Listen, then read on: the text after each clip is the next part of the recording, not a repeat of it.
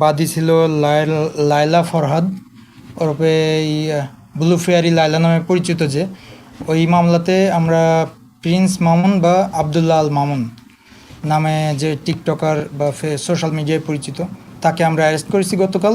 আমরা সে কুমিল্লা থেকে ঢাকার পথে রওনা দেওয়ার পথে আমরা অ্যারেস্ট করি কুমিল্লা জেলা পুলিশের সহায়তায়, এবং সেই মামলায় আমরা তাকে অ্যারেস্ট করে আমাদের থানা হেফাজতে আছে। আমরা অল্প কিছুক্ষণের মধ্যেই কোর্টে তাকে প্রেরণ করব। এই মামলাটি 9 তারিখে থানায় রুজু হয়েছে, ধর্ষণ মামলা, প্রলোভন দেখিয়ে ধর্ষণের একটি মামলা। সেই মামলায় আমরা পরবর্তীতে গ্রেপ্তার করেছি, আগের মামলার বিষয় এখানে নাই। 9 তারিখে রুজু হয়েছে থানাতে। আচ্ছা, ধন্যবাদ। মামলার বিষয় হলো আমাদের আইনগত প্রক্রিয়ার মাধ্যমে সঠিকভাবে আমরা তাকে অ্যারেস্ট করেছি, আদালতে তাকে সোপর্দ করব। আদালত এরপরে পরবর্তী সিদ্ধান্ত নেবে। আমরা তাকে জিজ্ঞাসাবাদের জন্য রিমান্ডের প্রেয়ার দিব, পরবর্তী সিদ্ধান্ত আদালতই নিবে, এবং আমরা তদন্তের মাধ্যমে আমরা আমাদের রিপোর্ট দিয়ে দিব তদন্তের পরে। না, বিবাহ ওর জন্যই তো মামলাটা, সেজন্যই তো হয়েছে। বিবাহ বন্ধনে আবদ্ধ হয়নি, তারপরেও তারা একসাথে বসবাস করেছে। এই ধরনের আমরা প্রাথমিকভাবে এই ধরনের বিয়ের প্রলোভন ছিল। হ্যাঁ, বিয়ের প্রলোভন ছিল। বিয়ের প্রলোভন ছিল।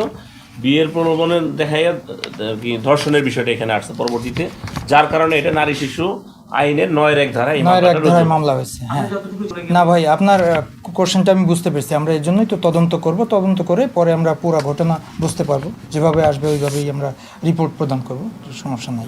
যদি মামুন নির্দোষ হয়, মামুন ছাড়া পাবে আদালতের মাধ্যমে, কোনো সমস্যা নেই। আর যে দোষী হবে তার বিরুদ্ধেই আমরা রিপোর্ট দেব। আমরা তাকে গত রাতেই গ্রেপ্তার করেছি দাউদকান্দি থেকে কুমিল্লা জেলা পুলিশের সহায়তায়। আর আমরা 7 দিনের রিমান্ডের প্রেয়ার দিচ্ছি, দেখা যাক আদালত কতদিন বিবেচনা করে। আমরা আসলে সে চট্টগ্রাম থেকে ঢাকা ফেরার পথে আমরা তাকে অ্যারেস্ট করেছি।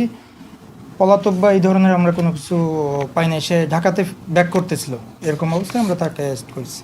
আমরা খুব শর্ট টাইমের মধ্যে তাকে আদালতে আদালতে হাজির করব।